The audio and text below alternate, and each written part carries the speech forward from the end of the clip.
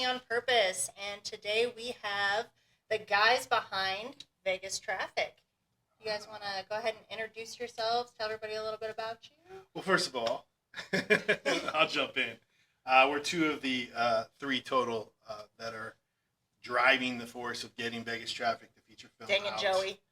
Joey couldn't make it today, at least. Hopefully he'll show up soon. Johnny here and myself, Trenton Briscoe. Yeah, that's who we are. Johnny, introduce yourself. Johnny Monauer. Oh, I'm sorry. No, but is there more to you, though? I mean, Well, what we did were you do for told the that film? he was a talker. Yeah. What did you do for the film? Well, I'm trying to be messy on purpose here. I don't want to be too serious and too perfect for this show. So, again, my name is Trenton Briscoe. How you doing? I'm kidding. All right, so I was a producer on the film, but not only that, I was the first AD, assistant director. I even did sound. I did everything. That's what happens when you do an independent film and you have no money. And it's feature length, and we shot it for 8 months. I'm free. That's me. Go ahead, buddy. Wow. Who are you? How do I follow that? So, John Molinaro, I'm one of the lead actors in the film, and then I helped produce towards the tail end of the filming and into post-production. I am so intrigued by this. I didn't really research anything because she told me about it, and it's something that I feel very strongly about. She so usually researches I everything. do on everything, but I wanted to Not hear these you guys. guys'. Yeah, I wanted to hear She your was like, perspective, and you guys tell us about what gave you the idea to do it, how it started, all of that. Okay. I'm going to start? Cause Yeah. All right. So how it all came about was, Joey and myself. Joey's. We've worked together. We made some other films, and we went to the movie Sound of Freedom separately. Mm-hmm. And I remember walking out of there, and I was very angry. I have a daughter, and I knew that something's got to happen. We got to do something. And what can we do? We're good at making films, so let's just do that, right? Mm-hmm. So I knew that's what I needed to have, that needed to be done. And it just so happens, Joey walked out of Sound of Freedom feeling the same way, and we didn't even get to talk yet. And Joey went to writing. Normally we've been writing a lot together, and he went and got it done so quick and brought it to me, and that's when I was like, okay, let's do this. Yeah. So we jumped on the process, and then we reached out and found this guy for the lead role. He's fantastic in it. If you don't, please come see. If you don't see it eventually, I'm going to kiss your little booty right now. Aww. This dude is really a driving force for this film. If it wasn't for him, I don't think it would carry as well as it does. Mm-hmm. The message alone carries it, but he has a little touch to it, and it kind of drives you to, sucks you in a sense. Mm-hmm. So proud to say that we got him on board. How about you, sir? Wow, that was great. How are you going to follow that? I don't know. Well, before we get too far, we introduce ourselves. But so Joey Sharafi, who's not here right now, but he's the writer-director. Okay. So he really was the helm of getting this whole thing kicked off. Yeah. He's also the editor. I mean, Okay. like he's mentioned, when you have independent films, everybody has to wear multiple hats. And we all kind of did that, but Joey for sure is the creator of this. Okay. Yeah. We wouldn't Thank be you, done. Joey. Wouldn't be done without Joey, but it also takes a team for all of us to come together, of course. But yeah, Joey really put a lot of effort into this, so it's too bad he can't be here. Maybe. We'll meet him when we go to the premiere. Yeah. Or Yeah. maybe we'll do another one with Joey. Yeah. There you go. Can you give a synopsis of what it is? Is it documentary style? You said it's a full length feature. Yeah. So it's a fictional film. Mm-hmm. What we've learned over the years of life is that people sometimes I call it a bait and twist, bait and switch, where you want to give them an action-packed film, a film with some humor, and even a serious subject, right? And we're even throwing a little bit of a God message in there, and we're tying them all in. It's like Lethal Weapon meets Sound of Freedom meets, Joey likes to say, what movie is it? Jackie Chan movies? Because there's Hour? Yeah, like Rush Hour. And because there's a lot of fighting in it, and it keeps you on your toes. You don't expect what you're going to see. Okay. You're thinking it's a child trafficking film, and it might even pull you out of what you were thinking for a moment, but it always brings you right back. Yeah. Because the message keeps coming back to you, and it keeps making you realize, like, oh yes. You might even go, wait, what? What is happening right now? And then you're like, okay, I'm back. And at the end, it leaves you, socks you hard. Yeah. And you're just like, wow, I can't believe. And it went for 2 hours and 5 minutes. A lot of films, you're like, this is taking forever. No, we keep it going. We keep it going. And that's the cool part. So it's 2 hours long? 2 hours and 5 minutes long. Don't forget the 5 minutes. Hey, that 5 minutes can mean everything. They can. That's a long movie to keep people engaged the entire time. So there's a lot that goes into that. Well, the pacing works, right? Yeah. So that's the key. Is if it's got poor pacing, you realize how much time you're spending watching this, right? And the slow moments, and even the slow moments that are there where it's not full of action, it really has heart, right? So the story really carries a lot of it. So when you have those moments where there's dialogue and not so much, pew pew type stuff going on, you're interested in what's happening, and so it keeps that pacing. Before you know it, you're like, oh wow, I'm really following these characters, and then before you know it, you're like, oh wow, there's some action going on, you know. So they did a really good job of keeping this moving, very entertaining. Now, there's a strong message behind this. So what are you trying to get out to people with this? Well, I also part of it is, and this kind of came organically. It wasn't something we planned. We planned on having a screening, and then I said, hey, after the screening, let's just have the actors come up and talk.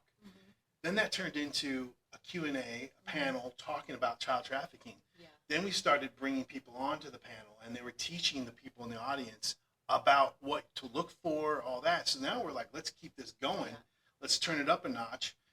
We had the lieutenant governor show up to the last one. We had Agape, which will be at the next one. She helps do child trafficking and human trafficking. Nonprofit. Yeah, a nonprofit. But she was teaching the audience some signs and things. And then we just started realizing, like, this is bigger than that. Let's take it to other cities. It's unheard of, an independent film with no-name actors. No offense, John. Not yet. Okay, not yet.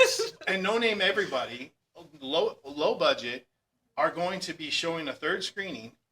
We've had sponsors. We want more sponsors. And we want to go to other cities.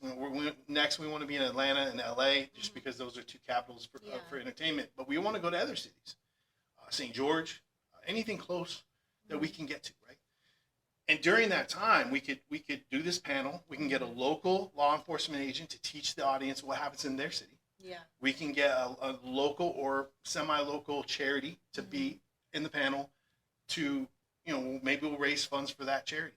We also decided, how are we going to do this? Like, what if we don't keep getting these sponsors for the charity? So we started Stop the Traffic Foundation ourselves. It's almost complete. We'll have a 501c3 here shortly. And the idea is we'll raise funds through Stop the Traffic, and now those funds can help put us in, Austin, Texas. And now it'll help pay for the theater, or the sponsors help as well. We'll still have sponsors. And now we can show it there and do our panel there, and boom, there it is. The issue that might come from that is if we get distribution for the film, which we do have multiple distributions reaching out to us already, we may not be allowed to do that. I'm going to try to fight to tell them to let me, because it's for charity. But if they don't, then we could just say to the world, hey, if you have a child trafficking film that you feel, or you want to make one, send it to us. And if it's good enough, we could start doing this still, the screenings, and have the education. So it turned into Vegas Traffic. The film has now become a movement for child trafficking, and it's going to carry on past Vegas Traffic. But that's what I was going to ask you. That question is, like, is there plans for it to be beyond just Las Vegas? Like, would you be interested in doing, because we talked about LA. I'm not really sure, because like I said, I didn't do the research on what the hubs are in the U.S. for the most child trafficking, but like those major cities especially. Yeah, Atlanta's in the top 5. Houston, Texas is number 1. We're number 2. I don't quite know the other ones, but I do know the top 5. Atlanta is there. That's why. And LA, I think LA is in the top 5. Major city close to the border is probably big too, right? Yeah, I mean, most of the time, if you think about it, but really it's where the action is. It's where I feel the like most Phoenix stuff happens. Phoenix is pretty big with like. I don't think Phoenix is in the top 5. But Well, it's if I can expand on this just a little go. bit, is if you look at how they're ranked, do you know how they get those rankings? Like, how would you rank somebody as far as child trafficking? I don't know. That's my question. Well, Is it would be 'cause you don't even cases, know, right? right? It'd be reported cases Yeah. or when they make bus. Uh-huh. Okay. Just because that's what's happening in these cities that are ranked Mhm. doesn't mean it's not happening in all the other cities Yeah. that aren't ranked. Yeah, and You how follow what I'm many saying? unreported cases are Okay. there? Okay. Yeah. So that being said, this is we're covering nationwide at this point in Mhm. time, but by bringing awareness where we've got an entertaining film, Mhm. we've got local law enforcement talking about what to look for and what's been Yeah. happening out there. We have nonprofits that talk about, they might offer assistance to some of these kids or adults that have been trafficked. Yeah. What do they do after they've been rescued? Mhm. There's a lot that goes into finding them a home, psychological aspect of it, right? There's a lot of recovery Mhm. that has to happen, and a lot of these nonprofits are what handle that. Yeah. So when we talk about going to other cities, Mhm. it's not just necessarily focusing on the cities that are ranked. Mhm. It's like, okay, well, let's get the big cities, and hopefully this information will disperse from there on. You know what I mean? And more people start becoming aware. That's one of those situations where we as a country have a lot of things that we should pay attention to and fix, right? Mhm. This is just one of them. Yeah. But the majority of people walk around with their heads in their phones, going about their business, their day, until it hits home. Mhm. Once something hits home like that, all of a sudden they're paying attention, Yeah. right? And nobody wants that to happen. So it's trying to be a little proactive to say, hey, listen, I know you got your life, but pay attention to this stuff. Next time you're at the gas station and you see a kid in the backseat of the car and things just don't feel right, Mhm. trust your instinct and just pay attention to what's going on. Yeah. And if you start just thinking that way, where does this feel right to me or not? Maybe 9 times out of 10, it's nothing. Mhm. That 1 time out of 10, you might have saved a kid's life by just being aware of what's happening. And just being aware in general, like of your surroundings. It's not even just kids that get trafficked, right? They'll just pick a grab girl adult out of the women, parking yeah. lot that's walking because she's on her phone and not paying Yeah, for attention. For sure. So there's a lot of awareness in just what you're doing in general and the things around you. I was going to ask you if you saw Sounds of Freedom. For sure. Yeah. For sure. Yeah. I saw that in the theater as well. Did you see it? I didn't see it in the theater, but yeah, I've seen it. So that's what motivated, Trenton and Joy initially Yeah. to start talking about this. But I had already seen it. Mm-hmm. And he had mentioned some of the different variables that are in this film, and one of the things I wouldn't say it's faith based, Mm-hmm. but it definitely yes, Yeah, but I mean, it definitely has, faith-based, but it definitely has a faith element in Yeah, it. and that's the goal, Yeah. is to have all these different elements brought together. Mm-hmm. And I look at it as from almost like a spiritual sense, in that if you're a good person, you're trying to do the right thing. Okay, so whatever path you follow, Yeah. that's your business. You know what I mean? But at the end of it all, we're all just trying to be good quality human beings, right? So there is that in there. It's not preachy at all, but there are elements that, that's where it was inspired. Mm-hmm. I'll tell you, when I watched Sound of Freedom, like I felt sick inside, Yeah. like watching that. Yeah. It really does. Like it hits home without hitting home. You know what I mean? Stirs you I don't- inside for sure. It's the reality of Yeah. like the world that we live in that we don't even see on a daily basis. Our society, filmmaking, films that come out, we're kind of made to believe what's put out there. The more it's out there, the more we know happens, right? So then the more we watch aliens on films, the more people might think there's aliens, right? Or that it's more acceptable that there's aliens. Well, when dogs die on films, it's the hardest thing for society to handle, right? I won't watch it. I Right. won't watch a movie of it, Right. guys. Well, we love our dogs, right? So we need to also know that this happens to our children, because Yes, I agree. we need you to know that. We need you to be like, oh my God, like I can't watch any more of that part because if the kids don't have you. We don't do that. We don't. We keep it very. What's the wording? There's implied situations. It's So very so vague. yeah, Yes. well, I mean, you definitely can have some uncomfortable moments. Yeah. But it's more of a sense and a feeling than necessarily a visual. We'll take you down a path visually just enough to where your own imagination or whatever can take it from there. And I think you have to make people uncomfortable to get them to wake Yeah, up to absolutely. stuff too. Like like you were saying, we walk around with our heads in our phones. We go about our daily life where it's like you're dealing with your family, your job. You don't really pay attention to what's going on behind the scenes, and then you see something like that movie, and it's like, my gosh, if you didn't feel uncomfortable, it wouldn't stir you up. So you have to have those uncomfortable moments to create a reaction inside you where you do want to make a change, and you're like, I don't want to just sit around and be complacent to this. Like, if I don't know about it, ignorance is bliss. But if I'm aware this is happening, what can I do to be a solution for it? Well, unfortunately, human trafficking is $1 billion business, and somebody up there is controlling that. And filmmaking, I worry because this is just going to get me in trouble. And Let me move on. I was only in the film. You know that from my understanding, knocking on wood or whatever, but the Pentagon had money allotted to making films. Why is that? So they can control the narrative of our mindsets. Yeah. And in some ways, I can see that being a good thing, to keep people from going crazy. But also at the same time, it's a scary thought that you're controlling what we think and feel. Desensitizing us to certain things. Like when things happen in our world, and all of a sudden there's a film about it really quickly. That to me says something. That says to me, did that really happen the way that it said it did? And now there's a film about it already, and it just makes me think that you're just trying to control our thoughts. So if you think about movies in general, like what movies have human trafficking in them and took it to that level is, like Taken. And Taken was an awesome movie that really, it had some martial arts and stuff in it, but it was a girl taken in human trafficking. They sold her at an auction.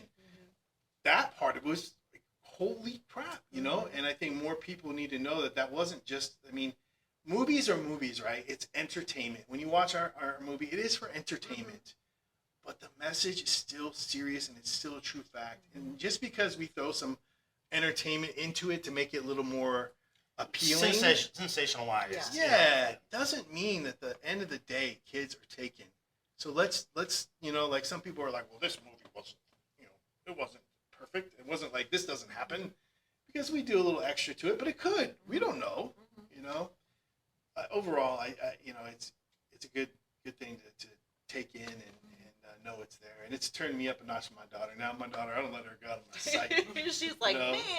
And they say like they like little blonde girls. My daughter's blonde, and I'm like, watching like a hawk all the time. They like all, but I'm just with Taken, I remember watching that, and I feel like even with that, it was like, I'll speak for myself. I feel like we just kind of jumped over the trafficking part, and it was all about Liam Neeson and this amazing dad, and he's going to rescue his daughter.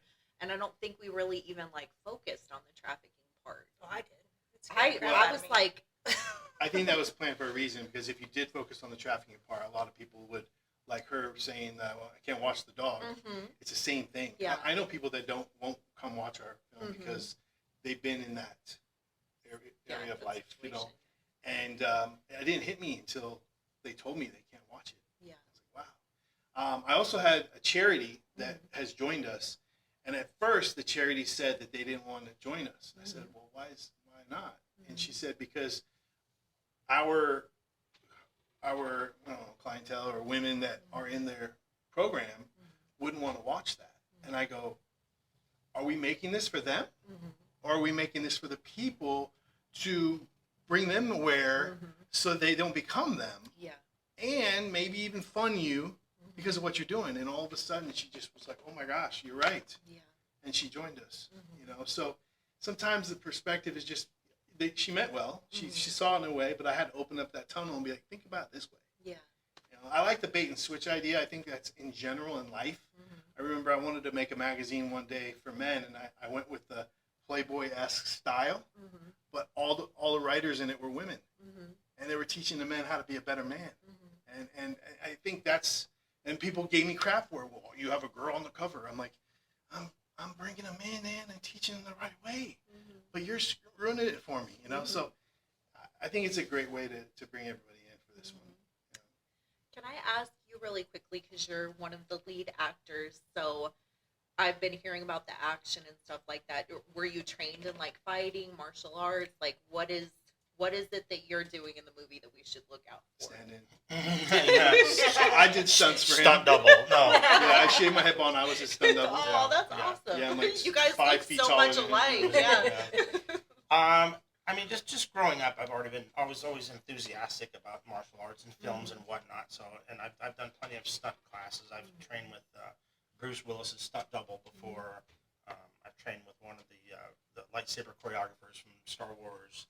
So I've been along that path. But until this movie, it wasn't that extensive of scenes. But I was very fortunate because my co-star that I work with, Kevin Sanders. I was going to say his character name, Andrew Martinez. He's very much into his martial arts. He's been to the Jackie Chan School of Stunts in China. And you don't just go there; you get invited. Yeah. No. So, and he's very passionate about it. Right now he's playing a ninja in Legoland or something like that. But he does all those wild stuff. So I was very fortunate to be able to play off of him. Where he did most of the martial arts moves, and fortunately for me, my character is more of a barroom brawler type. You know what I mean? So a lot of that I didn't have to try and match. Yeah. There was quite a bit of action with that. A lot of the stuff was choreographed on the spot. There was quite a bit. There was quite a bit because sometimes, let's not. You gotta improvise. Well, then it's choreographed on the spot. If you're not going what was already practiced. Every once in a while. Yeah. So no, that was great. And then with Joey running the main camera, and then editing it the proper way. So it comes out very very entertaining and believable. I think. Yeah. Are you guys from LA? I was born and raised here. Born and raised here. Yeah. Okay, I just had being in the film background, and that's why I'm asking. So I grew up in California. I grew up in Northern California, and I moved to LA when I was 22, and I lived there for about 7 years. Did you move there for film? Yeah, that's all I cared about in life since I was 12.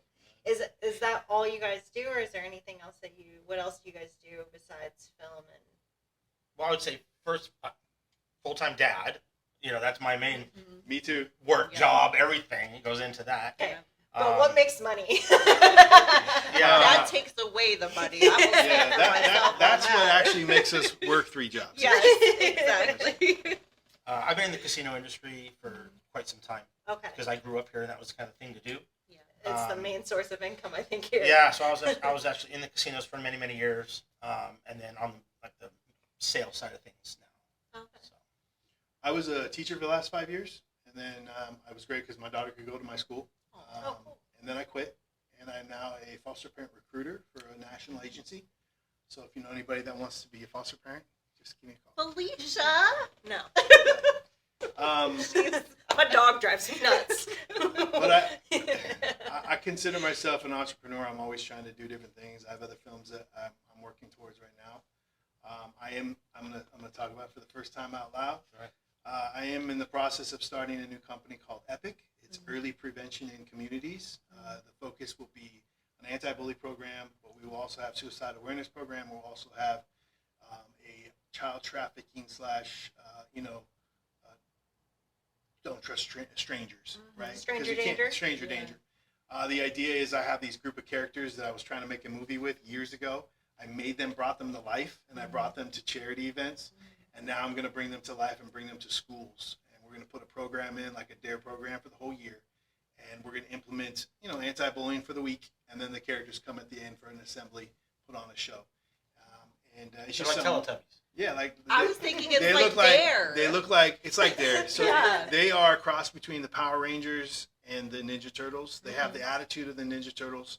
They have the colors of the Power Rangers, but they're also ripped and shredded because I got these cool costumes for them. So I'm doing that, and that's like my baby.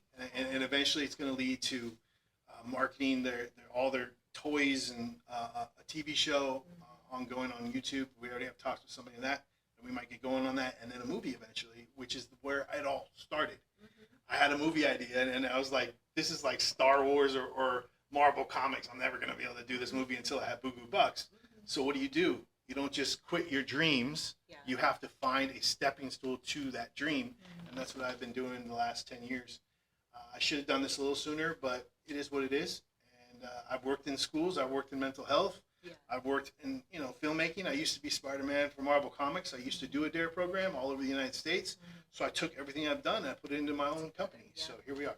And it sounds like, just from the things you've said, that you have a real heart for children, because you talking about not only this movie, but then you were a teacher. Now you're doing the fostering stuff. Like, Yeah. what do you think gave you that kind of heart for children? Honestly, I remember, I think I was 15 or something, and I came up with this idea. I worked at a Kids Castle Fun Center for my first job, and this man, I swear he was like an angel or something. He was asking me, he was a rich guy. He was like, "What do you want to be in life?" I'm like, I was 16. I was all, I want to open up a land for foster kids, and I really did. I came up with this whole scheme. I won't get into it now, and he was like, "Wow, why do you want to do that?" And I honestly have no clue. I never knew a foster kid. I don't know. Maybe it's my past life. I don't know what it is, but it's always been a love that I've had. And every job that I've had, I've worked with kids, or I was making films, or I was entertaining. Which to me, when I'm entertaining, a lot of times I'm entertaining kids, or I even look at it as adults. You guys are kids to me. All adults are kids. We were all kids once, so you're gonna relate. The child's still inside Yes, there, it no matter absolutely how is. old the body gets. The Absolutely child's is. still I feel inside, 12 all the time. yeah. You know what I'm Look. talking about. He knows what I'm talking about. He's just trying to play like an adult right now. No, I'm just biting my lip. He's This is told where us, this is where you break the fourth wall. he's told us Yeah. about his dream. What's your dream? My dream? Yeah. Oh my gosh. Because you work at a casino. He's like, like, where do I sales. begin? Let's be real. That's I no mean, one's dream that's job. where I pay the bills. Yeah. I mean, if we're really reaching out there, obviously, I'm pursuing acting. So I've worked behind the scenes. I've written some of my own stuff as well. But my heart lies in bringing these characters to life. That really gets me going. Yeah. So ultimately, it'd be great to think if something like this got out there enough to where somebody spotted it and said, there's a bearded bald guy I'd like to see in my film. So that would be the dream, obviously. And I guess a lot of it comes from just wanting to entertain. Because growing up here, my dad used to run the showroom at Caesar's Palace for many, many years. So when I was young, I used to go backstage and I met all these celebrities and I used to watch these shows. They had the live orchestra and they really know how to put on a show. And I'd see how the audience would respond to this. And early on, I'm like, okay, I get what's happening now, And then I remember, not to date myself, but I remember being in the theater watching the first Rocky when it came out. And the energy in that theater was unmatched. I mean, if nobody's experienced that, it doesn't happen nowadays usually. Like, it was just crazy. The audience came to life. And I said, I want to be able to do that. So whether I play a hero that you learn to love, a villain that you love to hate, or if I can make you cry, I did my job, and so You that's basically thrive off the entertainment yes, of and it's others. just juicy. I look for those juicy parts that I can really, like I said, love, hate, doesn't matter to me. If I convince you to feel that way about me, then I did what I was. So are you excited about Hollywood coming here, basically? Sorry, The not to studios not to and talk stuff? over you. Like, No. are you excited, like Mark Wahlberg opening something? I don't know. I don't really know. I The hear little Sony things. Studios and the Warner Brothers Yeah. Studios are the two major ones that have been in talks. I mean, I'm not in those closed door meetings, so I'm not sure really what their what their goal is going to be here. If they're actually going to move filming major features here, or if it's going to be a TV division, how they're really going to dice it up. I am excited about that element coming here, though, because we've always been casinos, which is fine. That's our industry, right? But we have a lot to offer here, not just in locations and whatnot, and hopefully tax incentives. I'm breaking the fourth wall, tax incentive. But the talent here, right? So not everybody has the availability or flexibility to go to LA for auditions, or whether you're a camera guy and to get away and go do that. So the more opportunities that come here, the more local talent can thrive as well. So a follow-up question. Sorry. And then I promise you can have yours. I'm just over here in the corner, so, guys. So, being like this drive and this dream to be a big actor and entertain, what kept you in Vegas versus going to LA? That's only 4 hours away. Life. Your daughter. That's part of it. Mhm. I have more than one daughter, Okay. and there's one that's a little bit older. Mhm.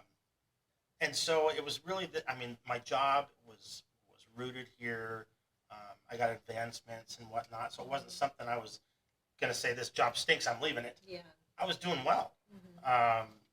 and so that's really what's kept me here. And the cost of living is a lot lower here For too. sure. So that with a kid, and LA is such a big city, so I can see that. Now relocating's always come up where if the opportunity warranted it, Right. then that would be something I'd have to work out family wise and whatever, you know what I mean? But if there was an opportunity that was in Atlanta or in California, then Yeah. obviously that's, and I'd have a support system that would say, go, do it. Mhm. Okay, so my question is to circle it back around to the films. How did they find you, or you found them to play this role? How did you find me? Yeah. I was on the set of Ballers. Mhm. Did we? No. I was on Ballers with you, Yeah, but we didn't meet We there. met before that. We met somehow prior, and I was had. very Oh, I remember. Wait, no, memorable. we can't talk. No, Yeah. no, just Oh, kidding. now you No, can't just talk. kidding. Just kidding. Did you see those eyeballs? Yeah. Just kidding. Just kidding. It's like we met It's like- randomly on the I street. was Now I remember. I was at the green Strip door. club? No, that's Sorry. not where I was going Sorry. with that. That's not where I was going with Sorry. that. No, we met. Felicia and you are not allowed to talk anymore. Me and him were on the conversation. I think it was. I'm at sorry. church. We're Yeah, called it was a messy on church purpose. I camp. can't help myself. When And I'm just feeding off the energy. At Bible study, you guys met each other. yeah, we met at Bible study. We had a debate on Yeah. No, we met somehow in an acting moment, and I brought him into a film that I was trying to do that did not go well. It was early on in my life here in Vegas, and I didn't have a good team, and I had the wrong team for that moment. I had some great things, but it just didn't happen. I won't get into details. So we met there. I always had a connection with Johnny. He may not know this, but I've always felt like like this guy and I have something, but we just never really did a lot together. And then I saw him on Ballers, and then after that, I think we talked about bringing him on a couple of our projects. I even reached out for something. I forget what it was. And then when we were doing this, we did have somebody that we were talking to, and we thought we were going to use him. And when he couldn't do some of the stuff we needed, we were just like, dude, what about Johnny? Mhm. And at the time, Johnny was quiet here in Vegas. I didn't know that he was tapping into his LA market, and he wasn't really doing the Vegas market stuff. So I thought he was retired. Like in my mind, I was like, we can bring him out of retirement. He's only 12. Why would he Yeah, be exactly. retired? That's a what I nice way was to say he thinking. quit. Right? He got discouraged and he quit his dreams. I was like, is what he's hey, saying, right? Let's get Johnny out of retirement. I told Joey that, and Joey's like, "You think he'll come? You think he'll do it?" I'm like, "Yeah, dude, he'll do it." And sure enough, he loved the script and he was in. I was like, "Dude, he did it. This is great." Can I say how amazing I think that is I see that kind of stuff. I feel like things happen at certain times in your life that set up like this foundation of something that's supposed to come together later, Yeah, because for sure. it sounds like you were the perfect person to play that part, and you guys had like missed opportunities and stuff before that for it to come together for that. Yeah, and I'm gonna Fate. say this. I'm gonna say this. Destiny. Johnny is now one of my bestest friends I've ever had. So, and I'm not just saying that. I'm just being serious, and I believe that as well. That was Really actually do. the most serious you've been this entire Yeah. time. I can take it there. Just so you know. He's also an actor too, so I know. I Yeah. was like, when wait. we leave here, I'm gonna kick him. I'm gonna get away from me, dog. Now he's trying to fool us. I know. We get Faith though, Hey, because look, that's how we became friends. Seriously. I love yeah. humor. I love humor, and I like to break up the thing. And sometimes when it's too serious, I will break it up and be funny. But overall, I just like to have a good time as well. Yeah. I think that's what makes the world go round. If we're all just in our butts. I mean, wait, I can't say it that way. But you know what I mean? You get me. Oh yeah. I bring you two humor got into each the other. worst situations because that's just Yeah, how I deal yeah. with things. You know what, guys? Let's laugh. But Yeah. she has her emotions so in check, and I'll be sitting here on the couch. We'll be doing a podcast, and I'm crying. And Felicia's sitting there straight faced or making a joke, and so I think that's what makes us great Yeah. friends. You know, Yeah, I we even you know, each other opposites out. attract. You know, you're able to even each other out. Yep. That makes sense. Yeah. I live off of comedy, so But if I'm around another person that's hardcore comedy, I might kind of hold back a little bit. Yeah. 'Cause No, I need- don't I feel need to like keep you the two have been balance. holding back at all. I don't know so- how to hold back. So I actually Yes. wanted to tell you guys the day that Felicia messaged me about you guys coming on, I had a client and we were talking about it, and she's going to be a guest in a couple of weeks where she was a victim of sex trafficking here in wow. Las Vegas. So she was very interested to Oh, hear wow. about you guys' film. So Anything else you want to touch base on? yeah. Well, we can do the obligatory hand signal. Just Yeah, if go we ahead. get an opportunity to talk about it. You guys familiar with the hand signal that they use? Oh, for? the behind the back, right? Or Well, the, it's wherever. And it's, Okay. it's however they do it. They have to just show it to you and do it. okay. Yeah. So there's a hand signal that even young kids can learn, and it's basically signaling that they're in distress or they're being held against their will. Mm-hmm. Okay, so they can't always yell or scream if somebody's Yeah. have them. So what they do is they bring their thumb in Mm-hmm. and they clasp it with the rest of their fingers, Mm-hmm. and that's basically I'm being held against my will. Okay.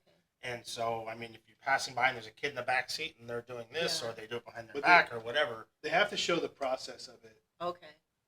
just So I'm being held. Somebody Yeah. might be doing this for fun. or just that's how they hold their hand. Or Yeah. something Yeah, like so that. they will show you, and when they see you, they'll. Close it. Okay. That's the idea. So the more kids that understand that, Uh-huh. and the more adults that can recognize that. Mhm. I mean, you never know, but it's education. It's something that's out there. It's something that's been used successfully. Yeah. People have actually There been was- safe from doing that. There was a time where a car was on the freeway, and the kid in the back seat was doing it to all the cars driving by. And somebody knew what it was on the car, and they got behind him, called it in, got the kid. Thank God, because I'd be So- like, "What's that kid doing?" Like, I wouldn't even Yeah, know. sign language, So, she's- yeah. But you're like, rock on, man. I know, I'm like- Well, what's sad is someone probably drove by and said that. You know, yeah, Yeah. like, little look do at they that know. kid. Yeah, and Oh. there was a situation. I'm gonna get actually serious now. Mm. When I worked in mental health, I used to go to homes, and there was a group of kids that were in a 2-bedroom apartment, and I used to take one of the kids out and do one-on-one training with them. Mhm.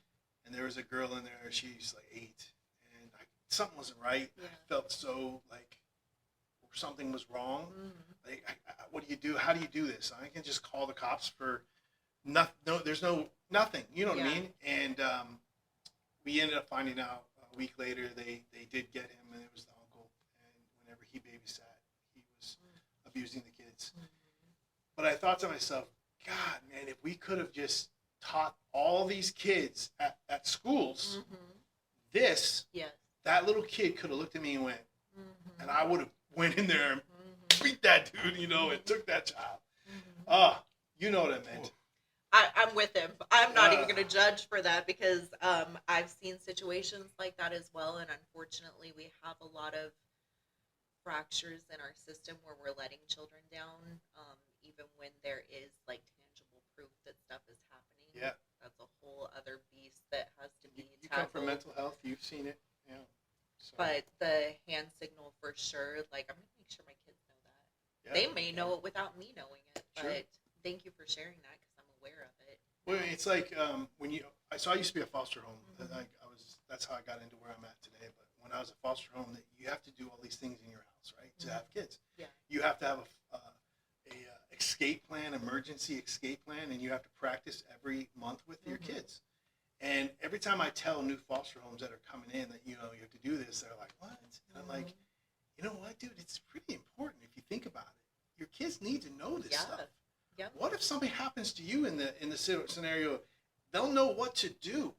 So it's the same thing. Like Mhm. we need to be teaching all of our kids and ourselves Mhm. how to, just in case, like if the world ends, like something happens, the world ends, but if something happens tomorrow,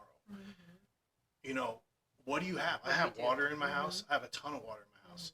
I never would have had water in my house until I fostered kids. Mhm. I make sure I have a bag that has all the stuff in it that I would need to grab and go. Yeah. Things that people don't think could ever happen. But let's just face it, not 9/11, but when COVID hit and we got shut down, things can happen. Mhm. So let's be more cautious. Why not? Mhm. It's better to have something that doesn't cost a whole lot, or to learn something that doesn't cost a whole lot to do, and be prepared. And the same thing goes for every realm of life, especially for child trafficking. It's huge. But it's like fire drills when you're a kid. Yeah. Like, how many times do you do fire drills? Yeah. Even though how many times were there a fire? Uh-huh. Now they do fire drills and they do active shooter drills. Yep. Mhm. Right? Hard And you're hoping lockdown, that stuff never happens, but It's if good. it does. But you guys bringing that up, I didn't even think about it. But when I was younger, we would do that. My parents would do that with us. Like, hey, if anything ever happened and there was a fire or this Nice. happened, this is the way you would go out of the house. Like, blah, blah, blah. And I think that's something they had us do at school. Like, go home with your family and practice your emergency routes and stuff. And I haven't done that in forever. Mhm. Like, I only did that in school. My family didn't do yeah, I any was of going to that. say, I don't think I've And there ever was even a- done that with my kids. There was I 7 think- children in the Yeah, house. like, and what no would you do plan, if there no was a plan. fire? We would end up. Our society is so handheld. Like Mm-hmm. we don't realize how much. We're spoiled brats. You know what I mean? a little complacent Yeah. with some stuff. You Yeah. know, I used to have everybody's phone number memorized before we could put it in the phone. Anymore. Yeah. You know And what I now mean? I'm like, now I'm like, what was that number ooh. again? I have no idea. Yeah. I'm sorry. Nobody would be getting a call from me in an emergency. I'd be like, oops. I know my husband's 911. number. I know Oh, my good husband's. for you. So I have You've one got number. one. I got one. I don't know what yours is. And his birthday, and his birthday I never too? had to dial it. His birthday? Yeah. Yeah, I know his Oh, birthday. okay, okay. Yeah. His birthday is my password. Let me for check my everything. phone. You guys, because you got to hear what I had to do recently. So my daughter leaves for the summer, Mhm. but she leaves to another state that's Mhm. not close by. Mhm. And the first thing I thought was, what if something happened when my daughter's in another state? Mhm. So I went and bought extra large metal gasoline cans because who knows what could happen. I mean, we could not be able to get gas. Yeah. So I'm gonna have these cans. I'm gonna make sure they're filled so that if something happens, I can take them and drive to this far So away. you can land. at least get to her. At least Yeah. hopefully get to her. I gotta get Mhm. more gas cans, I think. Like, They only, I mean, I don't want to buy those ginormous you go to the ones. East Coast? No. Try not to declare where. Yeah, Yeah. I figured that. I already said she's I'm just blind. like all the way across. Like, I've given too much Yeah, away. It's in Maine. That's where she lives. You're gonna need a As lot of far gas. as you can go. Yeah. Basically Canada. But like those kinds of things that you don't think about, you have to think about.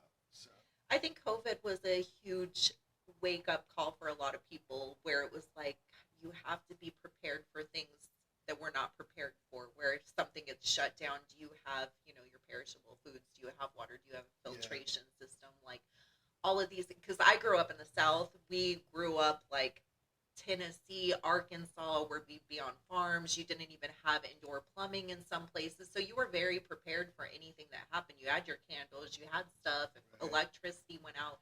And now it's like, God, I mean, we're all like, everything's digital, everything's through computers. And it's like, when I was growing up, I knew how to build a fire and do all these things.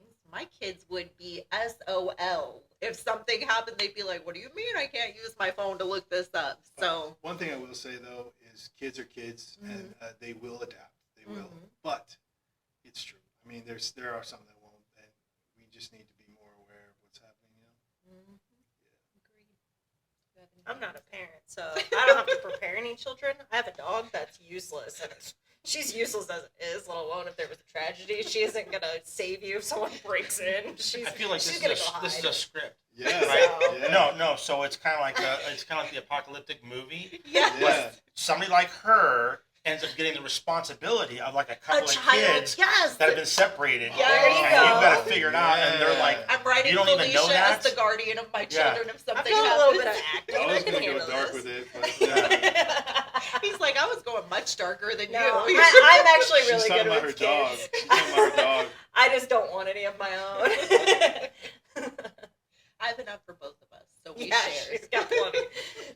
When we first started hanging out, I didn't realize, like, she would talk about one kid. And then there'd be another one. I'm like, oh, okay. And then another one. And I then have another 4 one. I was like, boys. wait a minute. How many children do you have? I have 4 boys and 1 girl. Wow. I I'm just from get back Mississippi, y'all. We love having children, Nice. so those are. I come from a big family, which is why I have none. But Yeah, those are we the had to best- do that the opposite. I tell her that's the best part of my life. Like that is my Kids- heritage, and Well, I just had my daughter's 7, she's first kid, and it was a game changer. I've always loved kids. I'm Italian. Yeah. Italian. I love kids. I always wanted to have a family, but like I just needed the right people. And when I had my daughter, oh my gosh, It changes you. I always tell people, man, you're missing out. Until you have a kid, you don't know it. You don't know it. You can say all you want. Until you have one, your mini me that you could train to be like you. Scary sometimes. Yeah. But no, it's definitely, I'm But not it's- even worried about a mini me. I'm worried about a mini Justin, and I can't. But my whole reasoning is, I think I thought I knew what love was until I had my kids. And when you have somebody that you would die in a second without a moment's Yep. hesitation, like That's- if it's me or them, I'm dying. They're staying Yep. alive. Like, I would like to think I feel that way about other people in my life. Felicia, I love Not you. so much. But I would definitely have a moment's hesitation. Like, am I gonna die for her to keep living? I'm sorry, but my kids No questions take me. asked. Yeah, take me. I mean, I'll take a bullet for Johnny, but I'll make sure they Is shoot it me like the right in the spot, kneecap? You know what I mean? Yeah, exactly. That's exactly. I'll take a kneecap bullet for Felicia. I don't need 2 knees. I can get by with 1, but I still want to be alive. But the kids, we love our kids, and that's why this is so important and so near and dear. And I'm so glad you guys connected and you were able to come on to discuss this. Yeah. We just dabble and hope for the best. That's how we started, Yeah. right? Now, where's that? Just Yeah. dabble, and then Well, when you have a passion for something, the dabbling obviously grows and becomes something bigger. And then, like we were talking about with fate earlier, I think things happen at certain times with certain people in your life for a Absolutely. reason. So, I know I came in your life at the right time. but thank God for Felicia and thank God for you guys for coming on. I'm so excited. I love the t-shirt, Vegas Traffic. Everybody Vegas go Traffic. look it up. It's Vegas Traffic, the movie on Instagram, correct? Do you guys Yeah. want to give your And- social media, whatever social media? And there's also VegasTrafficTheMovie.com. Okay. You can follow me at Trenton Briscoe on Instagram and TikTok. I think it's the same. Mhm. And then you, sir, you want to tell them where you can follow? my Instagram's Johnny Octane. So you can, That's a very. I feel like you're a WWE character. or you know, Let me tell you, I, bro, I, I got- something. I did that a long time ago. Did you? You know, it's a motorcycle thing. Okay. So, but it just stuck, and more people saw it. So I just never tried to change it. I thought you did wrestling a long time ago. I did too. I was like, that's awesome. I didn't know that about you. You didn't know that? I was like, I dabbled too, but I didn't go that far. I didn't name Superfly myself. Snuka. Yeah. Let me tell you, brother. Johnny Octane. Trenton Briscoe. Johnny Oh, sorry. Octane. Sorry. And then what about? Do you have any other socials that you're sharing? I mean, I'm on Facebook, but usually, you know, I interact mostly on Instagram. Instagram. And then what about Joey? Does anybody want? Yeah, so Joey is, I think it's under Joseph Sharafi, and he also SharafiEntertainment.com. How do you spell that? Sharafi is Charafi. Okay. Yeah. So shout out to Joey. Joey, we miss you, Well, Did you say we that broke in a the Johnny chair in the Octane process. voice? So. Yes, brother. That was the Johnny Octane The Johnny voice. Octane, that's a thing now. Hey, brother. Hey, we're gonna do that now. Next time we get an interview, I'm gonna be talking to you like that. Oh no, we started something. All right, we're gonna wrap it up. You guys make sure to check out Vegas Traffic, the movie. Bye.